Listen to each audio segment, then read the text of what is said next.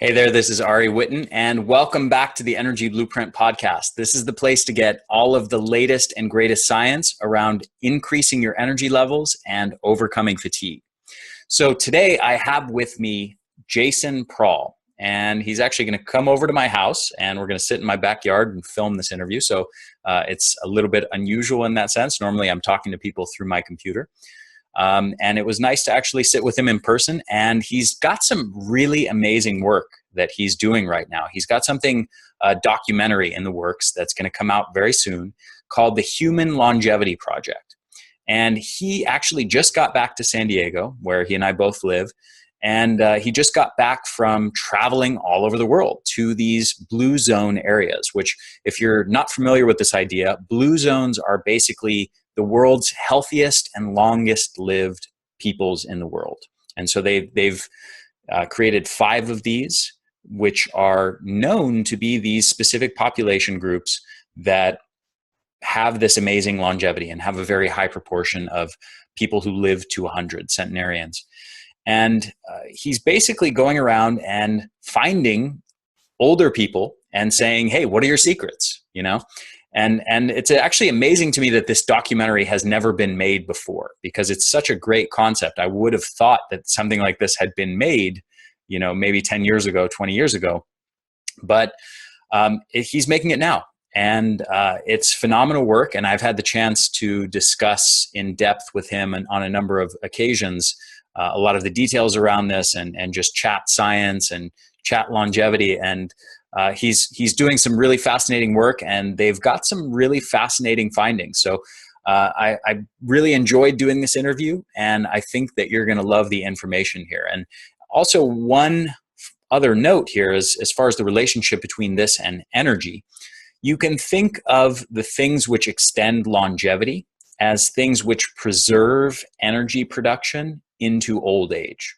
So the more efficient that you are, the better you do things to preserve your cells and your mitochondria's ability to produce energy as you get older and older and older, the longer you'll tend to live, but you'll also tend to have more energy as you get older rather than less. So there's a lot of overlap between the strategies to enhance longevity and the strategies that will enhance energy production. So I just want you to be mindful of that, be paying attention to that and listening for that as you watch or listen to this interview. So with that said, there's a ton of great stuff in this interview. I really enjoyed doing it. I think you're going to love it. So enjoy the interview, and I'll talk to you soon. So Jason, thanks so much for joining me here. Yeah, of course. Good to be here. And coming to my house here. We're hanging out in my backyard, which is cool. It's unusual for me. Normally I'm sitting at my computer talking to people in distant cities. 10-minute drive is not too bad. So yeah, cool, man. So I know that you're working on something called the Human Longevity Project. Yes. Can you tell everyone a little bit about that and what it's all about and what you're doing with that and how you got interested in longevity? Yeah, I mean, longevity is a very vague topic, right? I mean, what are we even talking about? But really, my gravitation towards longevity was just getting into the health side of things, right? So really not focusing on disease, but focusing on health. And I spent some time in the integrative space, looking at, sort of functional medicine type stuff and really trying to help people resolve their dysfunctions that they're experiencing. And, that was a really good place, and I really enjoyed that work to some degree. But for me, I resonated more with the health side of things, right? I realized kind of that was partially missing from a lot of the discussion, was this focus on health as opposed to understanding disease.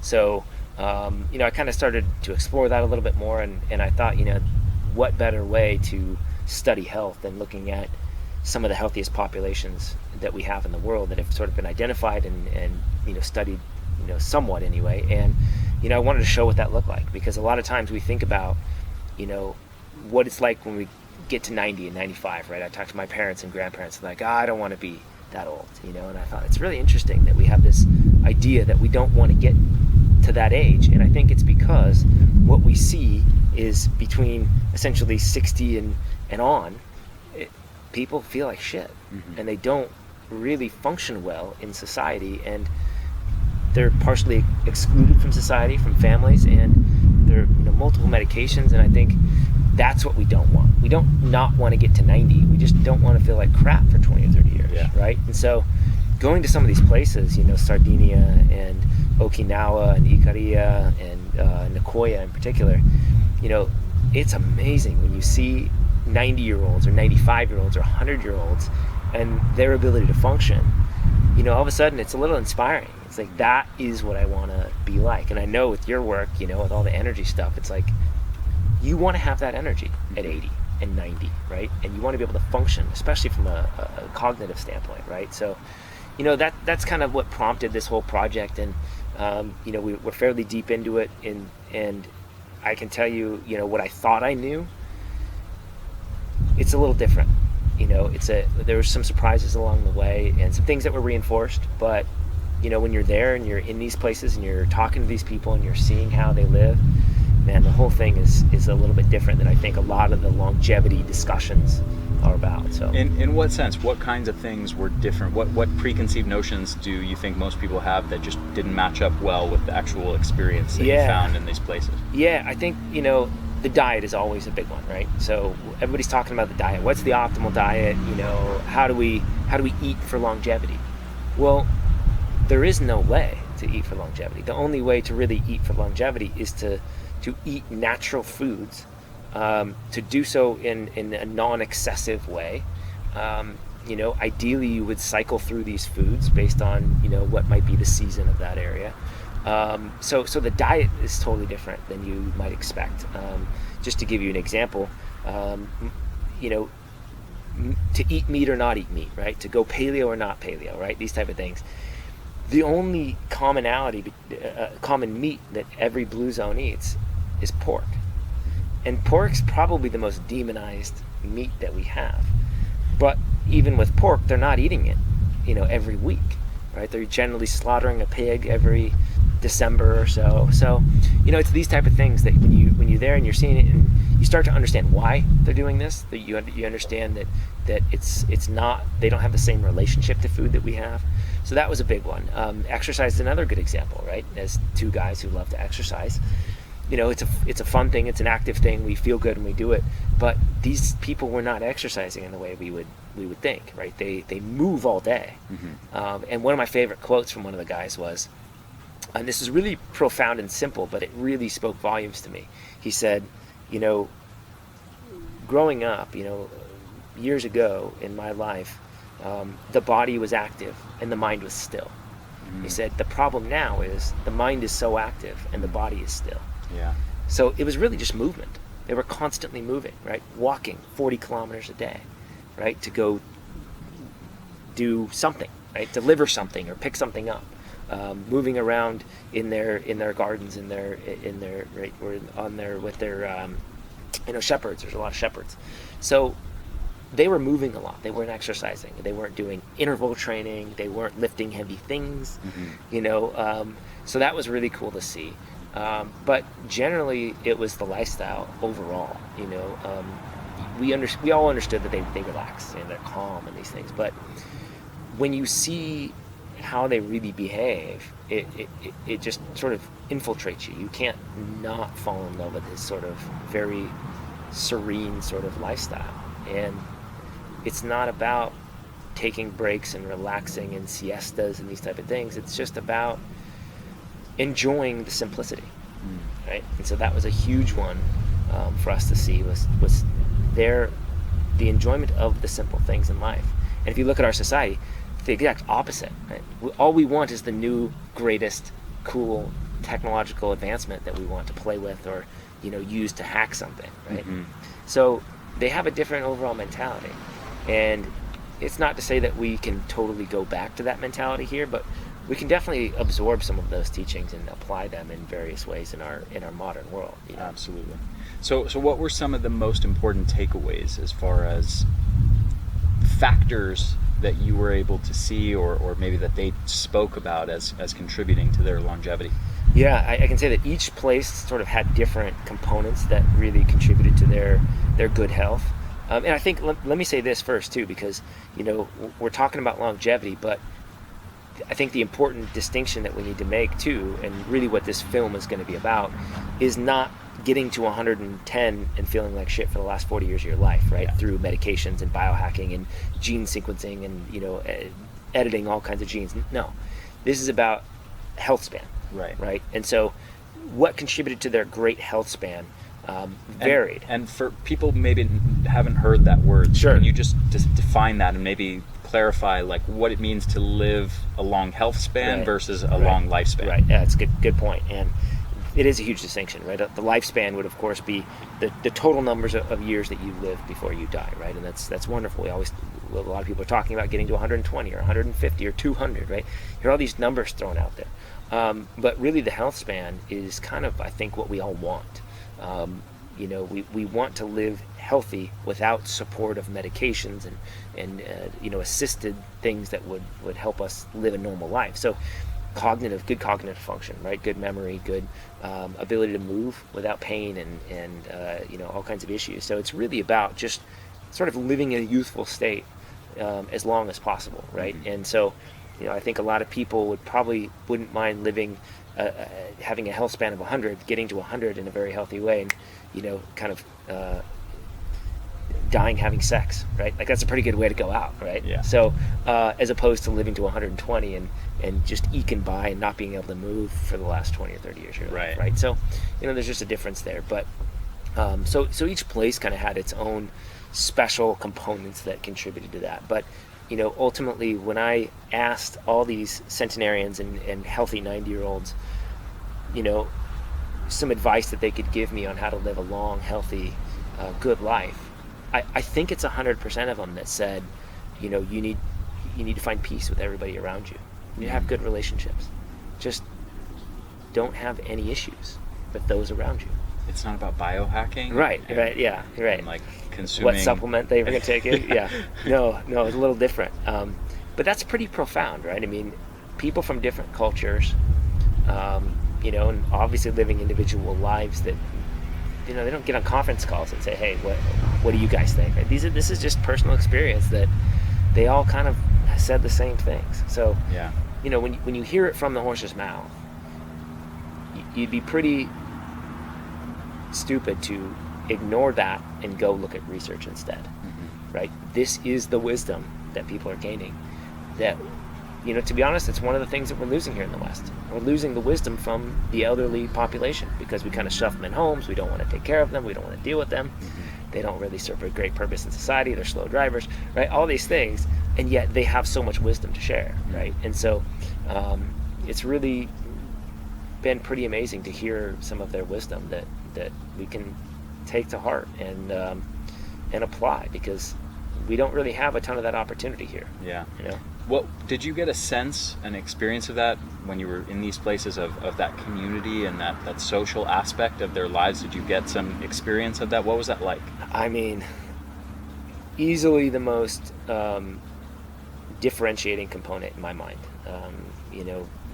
Every place I've been in sort of a Western culture, in the United States, you have your friends and you have good groups that you can associate with, whether it be a yoga community or a meditation community or a CrossFit gym or something. There's all these groups, and that's great, but it wasn't about living an isolated life and then getting to get your community and finding your tribe, right?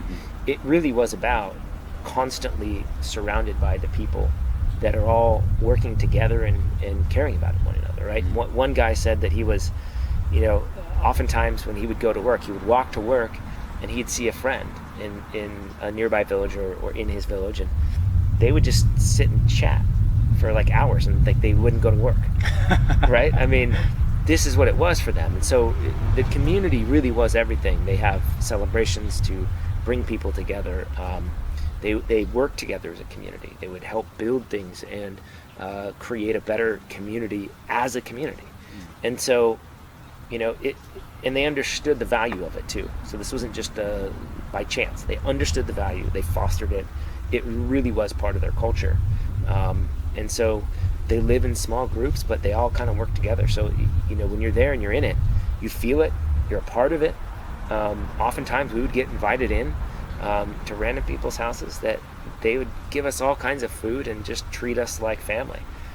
And honestly, there's a lot of great people here in the U.S. and in the West, but I don't know how many I can go up to their house, knock on their door, and then have them invite me in to have a meal, right? And treat me like I'm just part of the family. Yeah.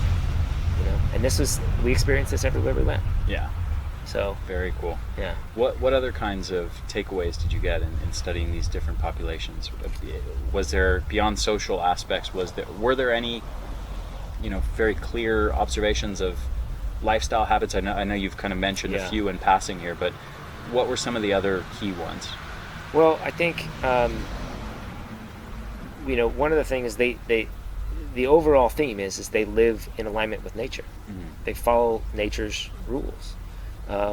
And part of that, I think, involves the simplicity of things.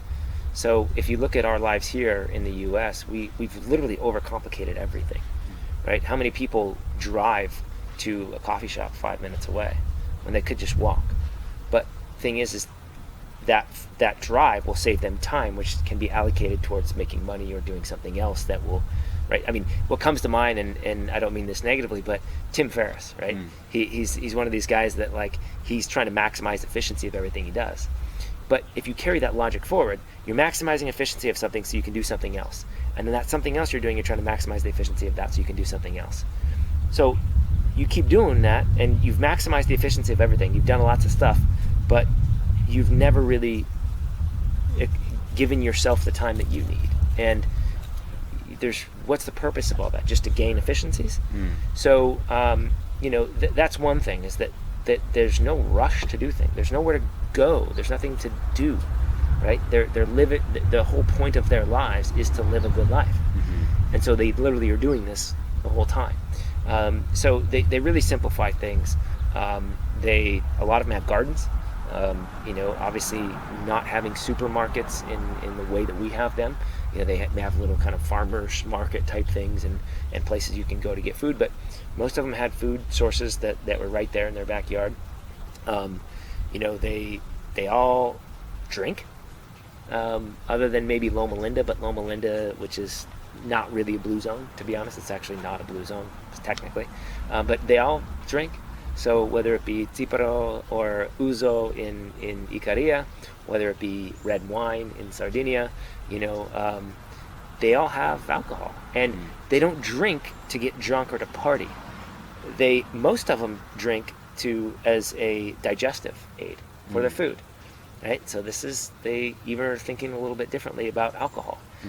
But even when they do have alcohol for celebrations and gatherings, it is almost always locally produced, right? So wines are literally made in the household or it's with somebody nearby.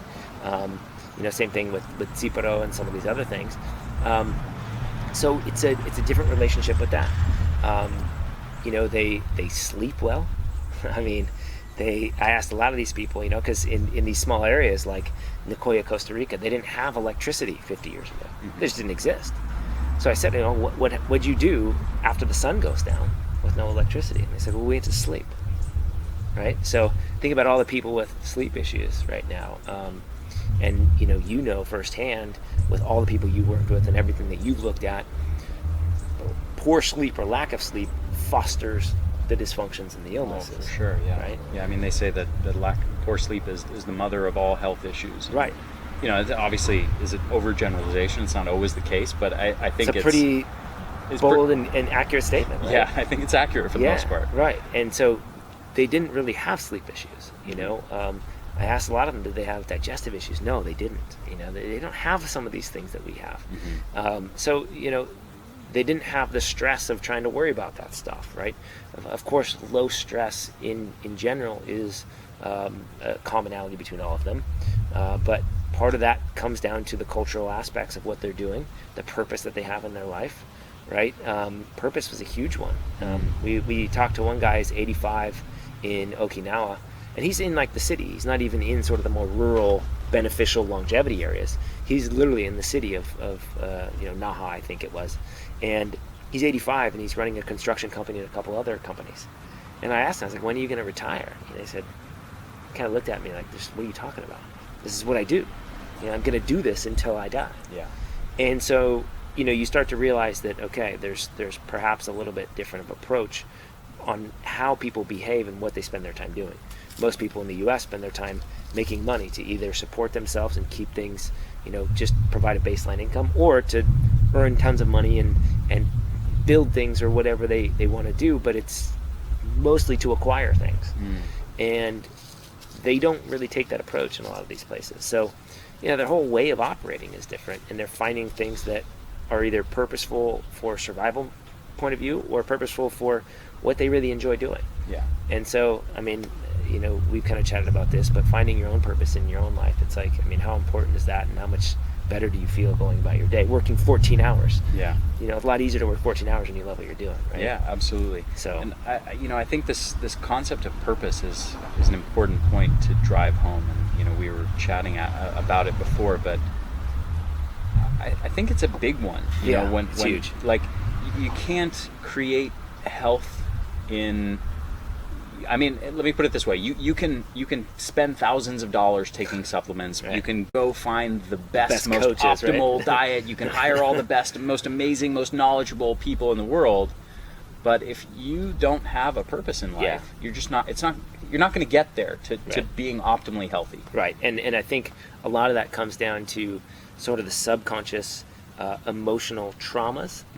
These very subtle things of, I'm not really living the life that I want to, or that I'm supposed to be living, right? And I think whether or not we truly recognize that consciously, it's there, right? That this isn't really what I'm here for, right? That I'm kind of just going throughout my day. And that little emotional stress that is there constantly will slowly eat at you physically, mentally, and emotionally. And so I think that's a big one. I think finding a purpose that you haven't, I think it can be anything. Having kids, that can be your purpose in life, is raising children the right way. We talked to one gal, she was 94 in Loma Linda, and I was just telling you this, but it's a great story. She's 94, she lives in a small community, she doesn't have a ton of friends that she grew up with. Her kids are gone, doing their own thing, and her husband's kind of slowly going downhill. And I said, what keeps you going? Why are you're 94? And she said, well, I've got to learn this song for the violin on Wednesday, for the violin class on Wednesday.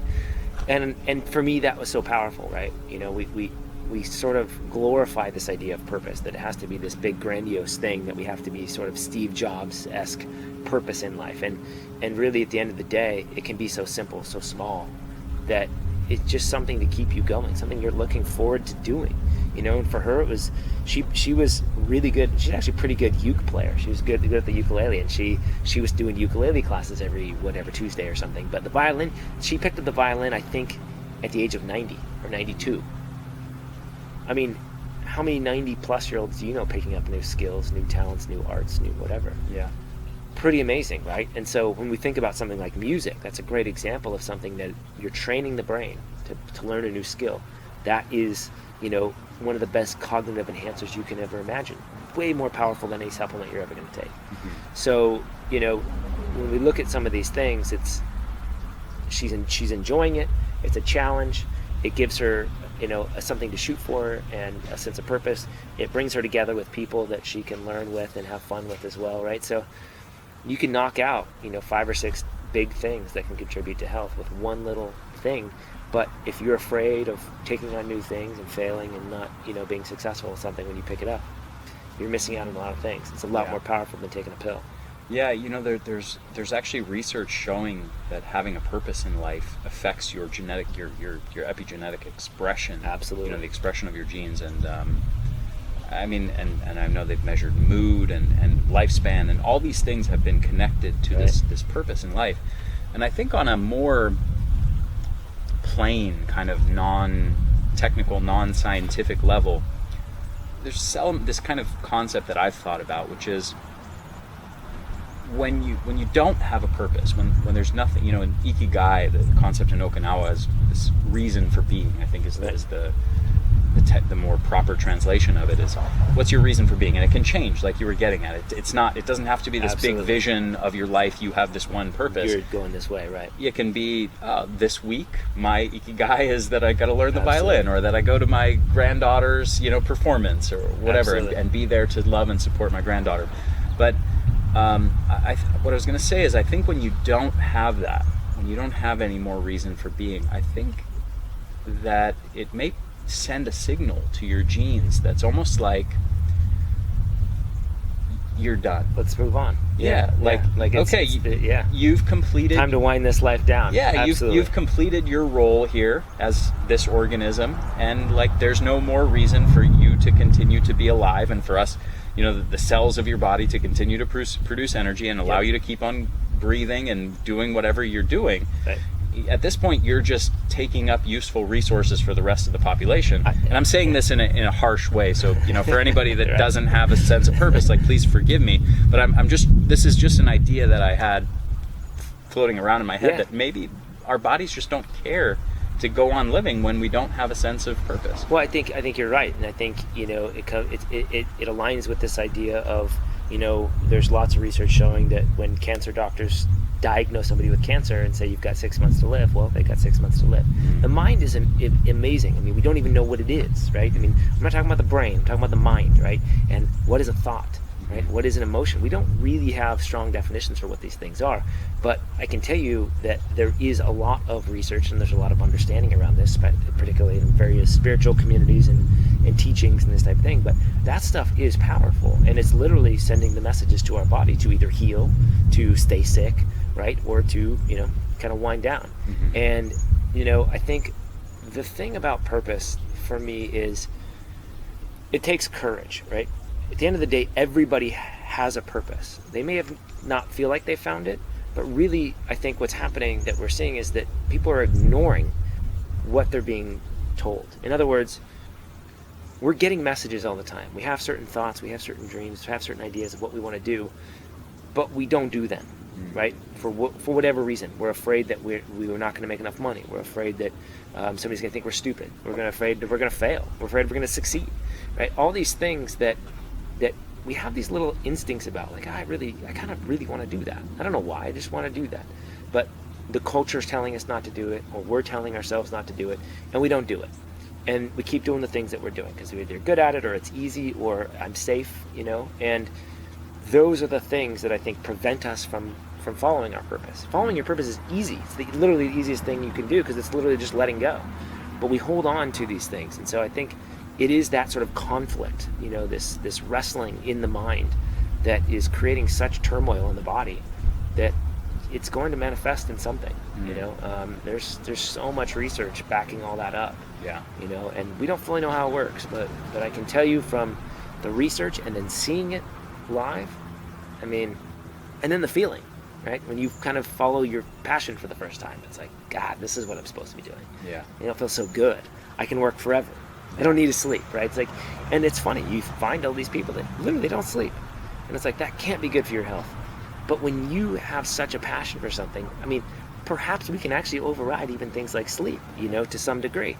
And the good example of this actually is in Ikaria. They have these things called panayidis, and these panayidis are all-night parties. The village gets together, they make all this food, they do all these things and prep for this, and then like 5 or 6 o'clock they sit down for dinner. The whole village and the people from other villages, these are 5-year-olds up to 95-year-olds. Everybody's involved with this stuff, and everybody looks forward to it. They sit down, they eat, they drink a little wine, they drink a little tsiporo, and they're not getting drunk. The band is playing all night long. Literally, there's no break. They continue to play tune after tune after tune, like without any stop. Everybody's dancing in a circle, like 200 people in a big circle. People come and go in and out of the circle, and they're just doing this all night till 6, 7, 8 a.m. So, when we think about something like that, we're like, okay, well, that's really bad. That's not following any sort of circadian rhythm aspect. They're not sleeping. This is terrible. But they're celebrating. They're having fun. They're with other people. That's powerful. Right. And so you maybe don't have to do everything by the book. If you're doing most things right and you're enjoying yourself, you can probably override a lot of these technical things that we think we know. And maybe just that play and enjoyment and social aspect and community and all of those things, the net benefit of that outweigh the net harm of one night of sleep deprivation. Exactly, 100%. And I think from my experience, it's like that's probably a reality. Very cool. You mentioned one thing earlier that I wanted to go back to, because I think it's an important point, and I would love to get you to elaborate on it. It's this idea of living in accordance with the laws of nature versus not in accordance with it. And so can you just elaborate a bit more on how they were in accordance with nature versus maybe how many modern people are not in accordance with that? Yeah, I mean, the easiest one is food, right? Where are we getting our food? Are you eating, kiwi from New Zealand, right? And if so, how did that get to your door, right? It's got to be flown across the world, which means it has to be picked unripe. It's got to finally get to you. It's probably grown unconventionally, because that's generally what has to happen for most of those things to travel that far. It's probably got to be sprayed and protected. It's just one example, right? If you're living in, the UK or Seattle or, Minnesota, is eating fruit in the winter the best thing? Yeah, probably not. But even more importantly, I think, is the fact that in the US, we have basically any food we want all year round, right? So you can eat any fruit, any vegetable, any meat, any pasta, anything, whenever you want. I think the downside to that is that humans are generally habitual creatures, right? If I asked you your 5 favorite foods, you could probably list them like that, and you probably eat them fairly frequently. And then if I threw out some random food, that is not really your cup of tea, or that you don't really explore much, perhaps the Goya, which is sort of bitter melon, which is a big food in Okinawa. How often do you eat bitter melon? Probably never. I never do. Because we're habitual, we don't rotate our foods, right? And I think that is important. Everything in life is cyclical. Everything has a cycle. Nothing is consistent and constant. I think it's worth mentioning here, because it may not be totally obvious, since most people do their shopping in a grocery store and they're so disconnected from the nature that maybe they don't even grasp what you're talking about, which is the fact that a lot of these foods don't grow in certain parts of the year. Right. And so if you're living off the land, you do not have access to certain foods during portions of the year, and then you do have access to those foods during portions of the year. Absolutely. And I'll give you a really good example that's going to piss a lot of people off. Coffee. Coffee beans, it's a fruit. Coffee beans are seasonal. They are cyclical. You don't produce coffee 24, 7, 12 months out of the year. They have a season. There is a coffee harvest, believe it or not. Right? And now we found ways around this, but that's a great example of, if you were living in not in a modern way, you probably had to find ways to, use these things in a cyclical manner. Pineapple. Even in the tropics, there's tropical seasons, right? There's wet and dry seasons. So one of the good examples of this is with meat, right? I mean, the big debate that you see a lot is that, vegetarian, vegan versus this paleo idea of heavy meat consumption. The benefits of meat, the harmful aspects of meat, right? And it's sort of this one or the other type of mentality. And, everywhere in the world is different, and very few places are vegetarian, vegan, and very few places are heavy meat consumption. They do exist on both sides, but it's not the majority of the world. And in these blue zones, these places where people are living really healthy lives into their late 90s and into their hundreds, they eat mostly a plant-based diet with usually a seasonal aspect to the meat that they consume. So they might slaughter a pig in December and have it for a few months, and they can salt it heavily to preserve it, but generally it's a pretty big consumption based on celebrations. A lot of the a lot of older cultures will celebrate the solstice, right? The sun's coming back, life is reborn, right? All these type of things. So there's a lot of seasonal aspects to food that are sort of followed and obeyed, because that is how you survive. And we were talking a little while ago about salads, right? And none of these places eat salads. They might have a little lettuce on their plate, but they don't eat like a bowl of salad that we have here in the West, especially here on the West Coast, right, in California. And it makes sense, because while leafy greens and salads are very, very healthy, they don't really sustain you, right? And if you're living in a place that requires sustenance to do the work that needs to be done, you're not going to load up on salads, right? You're going to eat things like sweet potatoes or potatoes, white potatoes, or squash, right? Or these type of things that, fruits that are growing on trees all around you, right? And you're just literally going and picking them and eating them. So, it's important to understand that the dietary dogmas that exist here in the U.S. in particular, they're probably doing us more harm than good. And in order to follow the laws of nature, we need to be eating food that nature is providing for us, and for people who want to eat meat, that does include meat. I understand the argument against meat. I'm actually okay with it, to not eat meat. I think probably avoiding meat is better for our spiritual aspect of ourselves. For the physical body, I'm pretty confident that meat is probably a pretty good thing. So I'm open to all aspects of ways of eating, but I think the fundamental real thing that we need to do is start by eating real food in its natural form, organic, from the earth, ideally in a cyclical way, because there's a lot of profound aspects to foods that are provided in nature, right? I think we have even begun to understand the complexity of food when it comes to the phytonutrients, to the polyphenols, to the bacteria that are growing on the outside of the foods. Even on a peach, there's bacteria on the peach itself. It doesn't need to be growing in the ground. So those are some components. The other components are not having fertilizers, right, and not killing the soil that food is grown in. So that's just one law of nature. But the circadian rhythm is a huge one, massive problem that we have here in the West. So getting back in alignment with those laws of nature. Infections. And actually, real quick, just in case some listeners all my members of my program know what circadian rhythm is, but maybe skip over it. I know. So it's like just for if anybody doesn't know that term, circadian rhythm, can you just give a quick explanation? Absolutely, yeah. Circadian, right, meaning sort of cycle, right? So it goes round and round, and this idea that the light cycle is what guides us, right? That we have the sunrise and we have the sunset, and when the sun is coming up in the morning, due to the atmosphere, certain wavelengths of light get in and certain sort of get refracted back out into space, and the UV doesn't make its way in. That's why you'll never get a sunburn early in the morning. It just can't happen no matter where you are, right? So there is a circadian rhythm to our days, and the light, particularly going through the eyes, but it's also on the skin, will guide the physiology of the body. And like I said, your people probably know this, but it's worth stating and going over again because it's so important. There is not a biochemical reaction in the body that is not operating on circadian rhythm. Every single cell of every single organ in the body is operating on this light cycle. And we have our own internal rhythm.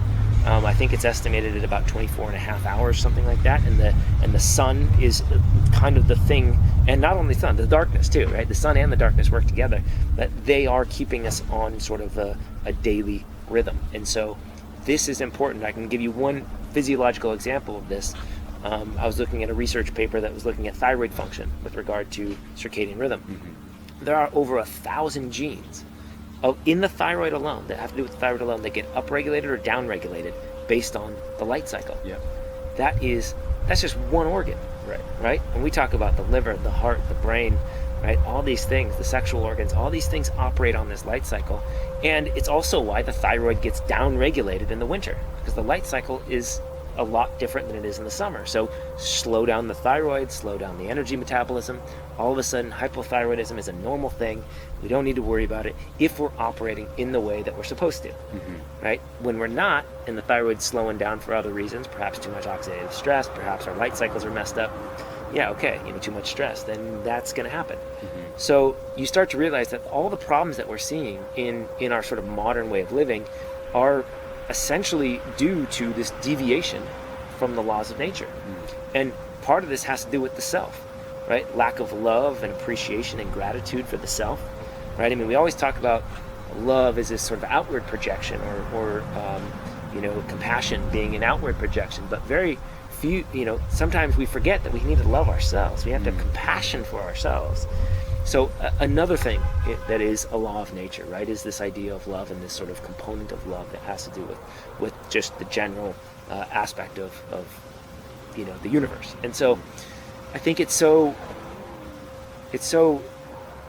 complex to some degree with regard to the laws of nature, but we kind of know them. We don't really need to spend too much time on figuring out what they are. I think we kind of have an intuitive sense for what they are. We just have to understand how important that is, right? I mean, a great example of this is wearing shoes, right? So many flat-soled shoes, and we have a foot designed for a reason. And any chiropractor or osteopath or any of these type of physical workers will tell you that we have a lot of physical issues because we don't walk on our bare feet. And so it's just a lot of these type of things. And then the other component that we've mentioned a few times is the social aspect of things. We're social creatures, and this idea of loneliness versus being alone. It's good to be alone, it's bad to be lonely, right? And so it's we need the dark and the light, and being alone and being in groups and socializing. So it's really the simple stuff like that, and not overcomplicating things, living in a simple way, slowing down, sleeping, eating from natural sources, not over-consuming things, right? Not polluting our environment. This isn't rocket surgery. This is simple stuff, but it's not convenient, right? It's not convenient to grow your own garden in our modern world, because I can go to the store and get anything I want. Yeah. And I can't grow a pineapple all year round here, unfortunately. Yeah. Right. So we have to get rid of some of this convenience, and I think part of it though is sort of a more philosophical argument where if you have something at your fingertips all year round, all day, it starts to lose its kind of importance. It's like whatever, right? It's always there. Yeah. But you imagine how excited you are for the solstice and the sun to come back when now you can, this food starts growing again. It's like, that's an important thing. Yeah, or right? excited for pork. If you only eat pork 2 or 3 times a year, exactly. It becomes a very special thing. Everything becomes a little more special. Yeah, and carries more meaning. And exactly. And gratitude element. Huge. You start to become grateful for all the little things. Yeah. How hard it is. I mean, a good example is, you see a lot of these spoiled kids, right? Really wealthy parents who love their kids and they kind of give them everything. You start to see what spoiled people do, right? They have no gratitude for anything. And you go to the other side of the coin and you look at somebody who's sort of lived in poverty or struggled most of their life, and they're happiest with the simplest things. Yeah.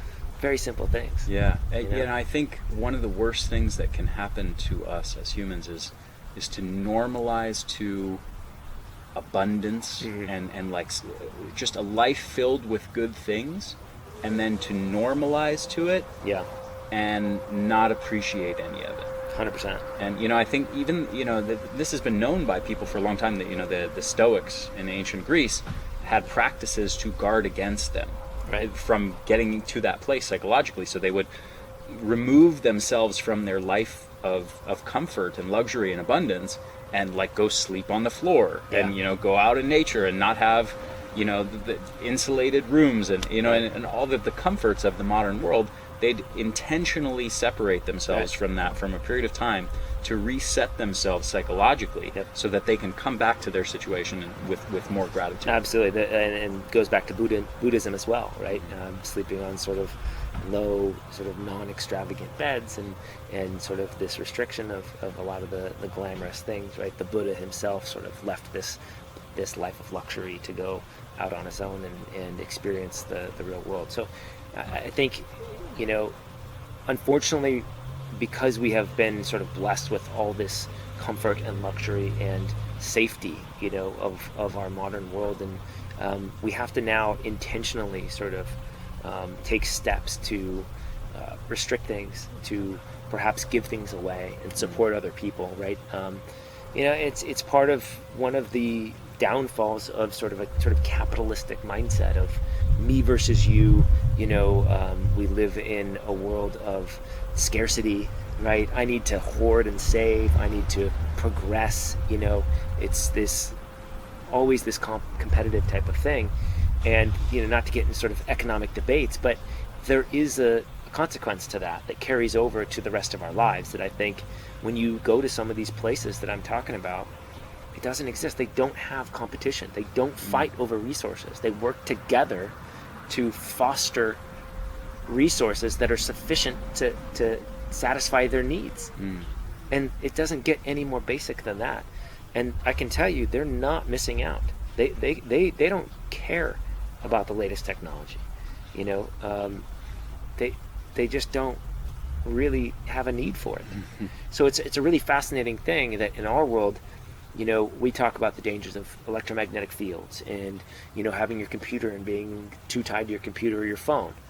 Well, go without a phone and see how you do, right? All of a sudden we've created this need in our world. So it's a really weird thing. You've replaced the EMFs with psychological pain of 100%. Not having your phone Right. next to you. Absolutely. It literally is, you know, if you want to operate in this world, you kind of need that stuff to get by. And so we've created this need for things that are doing us more damage potentially unless we take a conscious look at what we're doing. And when you live simply, you don't have a need for these things. So they've created, whether it be sort of intentionally or unintentionally, they've created a life that is a lot less reliant on a lot of the stuff that we feel is absolutely crucial. A coffee maker is a little less crucial in that environment because they have a natural way of doing things. Yeah, absolutely. You know? Well, I know that, you know, we spoke on the phone a lot yesterday, and there's so many topics that I want to go into with you, and there's so much wisdom that I think you have to share, and I would love to do a part 2 or part 3 interviews absolutely. with you on some other topics. But, you know, to wrap up this longevity conversation, can you share maybe like the top 3 takeaways for people to kind of come away with from this discussion of the differences between Blue Zone ways of life and our ways of life? Yeah, absolutely. I think, you know, to kind of keep it actionable, I will say, when you're looking at your diet, number 1, go as organic and local as you can. I know that's a message that's been repeated, but it is so critical, and it's literally can be that simple. Don't fear fruits, for crying out loud. Every one of these places eat fruits. Fruits has an amazing benefit. Fruits are far more than sugar. You know, it's laughable to think we've reduced fruits down to sugar. I can tell you that I've been eating loads of sugars and starches for the past month as we've been traveling. I didn't gain an ounce. So it's not about weight loss. It's not about feeding gut bacteria the wrong things. Fruits are huge. So, you know, consume organic, whole, natural foods. That's how you want to approach your diet. You know, load up on plants, on sustenance. You know, white rice is not the devil. I can tell you that. You know, don't overeat it, but you don't need to fear it. You know, sweet potatoes, 70% of the Okinawan diet. So, and Okinawan sweet potatoes are the bomb. They're amazing, right? I know. And so just eat natural, local, organic foods as often as you can, and don't worry about all these smoothies with all this crap in it. You know, I mean, that can have its place, but just keep it simple. So clean up the diet with that type of stuff. Number 2, I would say, find a way to foster good relationships and work to eliminate the bad ones in your life, whether that be getting rid of them or resolving them. Find a way to resolve sort of this social, emotional issues that we often carry around in our sort of modern way of living. You know, just work to foster those type of things. I think the 3rd, I will say that do whatever you can to simplify your life in every way possible. Cut out all the unnecessary crap that is brought on to you by culture. Culture is, you know, as Terence McKenna famously said, is one of my favorite quotes, culture is not your friend. You know, culture does not care about you. You know, do not cater to culture. Find out what resonates with you, what you really want to do, what's important to you, and spend your time, money, and energy fostering and developing that stuff, because that's what's going to feed your soul. You know, there is a saying in Okinawa that is, I forgot what it is, but essentially translates to good for the soul. You know, so simplify whatever you can. You know, it is the most profound way to lower the stress load of your environment, right? And I'm always a little cautious to talk about stress because it's sort of this big, huge, massive, complex thing, and what even is it, and how do you know, perceive it, and what's involved. So, you know, a lot of the stress is brought on by unnecessary things that we have in our lives that we don't want. You know, we don't want to do this work, we don't want to have that relationship or have this talk or do these things. You know, we go to a party that we don't want to go to and it's causing us stress. I mean, so just focus on simplifying things, finding out what you really want, and spend your time on that. Beautiful. So where can people go to find a little bit more about your work and the Human Longevity Project, and anything else you want to direct people to you think it's important for them to hear about? Yeah, I think, this is my focus right now is working on this film. So, if this sounds interesting to you, I can tell you we've just scratched the surface. We talk about literally everything from child rearing and child birthing to how we treat, the elderly, So it's literally, when we talk about longevity, birthing practices are critical for longevity, right? So we have to explore that whole realm, obviously the food, the diet, or the exercise, the social aspects, but it ranges the whole thing. So we're going to have 7 episodes to go over all this stuff, and we talk to all kinds of people in the blue zones, all the older people. We talk to local experts to get the science and the understanding. So if you're worried this is going to be a fluff piece, I can tell you that there's plenty of science and geekiness in here to back it up, but hopefully it's well-rounded in that regard. So there's a lot of great info that we're going to be talking about. So if it's piqued your interest in any way, you can go to humanlongevityfilm.com and just sign up. And if it hasn't piqued your interest, then what's wrong with you? I mean, do you not care about living to an old age and being healthy and functional for a really long time? Well, I can tell you this too. There's some hilarious. These people that we've interviewed are absolutely hilarious. They have such a good sense of humor. Nice. And they're just, if you don't like old people, I mean, come on, they're just the best, right? So it's so amazing to see these people and what they're actually saying. I didn't do it justice, I can tell you that, just in this interview. So you can go to humanlongevityfilm.com. Just right now we don't have a lot. You can just sign up for updates. This will be out probably early next year. So we'll be kind of releasing some things as they come. But I think that I would love to. This is going to be free for people, so you can watch this film online for free. And what we really want is to get this message out there. We want to hear, people to hear and see what's really happening and how to really improve their lives. Yeah. It's not about getting to 150. I know that's sexy and it's a really hot topic right now, but we need to fix we need to get to 60 and feel good. Yeah, 60, 70, healthy and functional. Exactly. Yeah. That's what we need to fix. I know that's what you work on. And from an energy standpoint, holy shit, these people are like 90 and have boatloads of energy. So that it's cool to see. I direct most people there. I've got my website, jasonprall.com, that you can go to with I've really slacked on updating it and doing much there because I'm so focused on this film. But I really hope that we can just get as many people to hear this and see this as possible. Beautiful. Well, I'm going to be sharing it with my audience, and I'm super excited. I want to help you get this message out because it's an awesome message, and I think people need to hear it. I appreciate that. It's very much aligned with what I teach already, and this is like just another way to get the message out to as many people as possible. Plus, you're doing it in such a great way, such a beautiful way by actually going to these places, getting the stories, getting the actual, capturing the video of what these places and these people are like. It's cool. And that's amazing. I can tell you that we've got some amazing drone footage from these places that'll just totally blow your mind. And, nice. And just seeing how this stuff looks in the real world, and it starts to get rid of the theory about longevity. There's so many people talking about longevity, and they've never been to these places. Mm-hmm. They're not studying health. They're not studying the people. And when you go there and you see these things happening, all the mystery starts to go away. On that note, I know we're wrapping up. There's one thing you just made me think of, which is, do you know who Vince Giuliano is? I don't. Anti-aging MD runs a website called Anti-Aging Firewalls. Just prolific blogger. I've seen that. I've seen his website. He's got actually some really good stuff. He does. Yes. Yeah, he's one of my favorite scientists and really, really brilliant guy. I need to have him on the podcast. But he gave a talk. It's actually on YouTube. It's a wonderful talk on anti-aging. And there, at the beginning of the talk, he intros with, you've seen those charts of like biochemical mechanisms, like this pathway and that pathway, and this arrow's pointing there, and this one's pointing there, and he shows all these examples of different graphs like this. And to paint the visual for those of you who haven't seen this, just imagine like sort of a central pathway or concept here, and then another one over here with an arrow pointing that way, and then another one here, and another one over here, another one over here, another one over here, and then arrows pointing in every direction, and circular arrows, and arrows pointing from one to the other. I mean, just a web of like thousands of different arrows pointing in every direction. Right. And he showed all these different graphs, and then he showed ones from different textbooks, and he's like, these don't even match up with each other.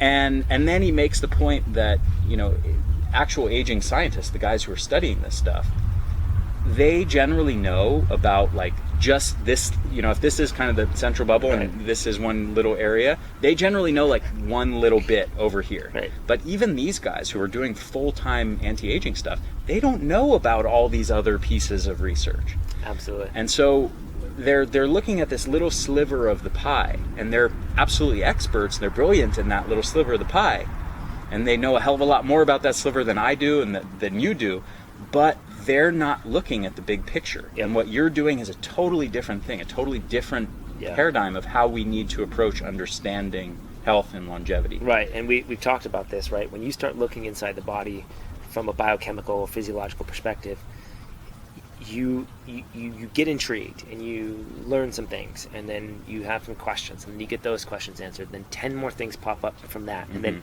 you literally, as your sort of diagram explanation has illustrated, it's too complex. You literally don't have, you could spend your entire life studying these things and you will not get the full picture.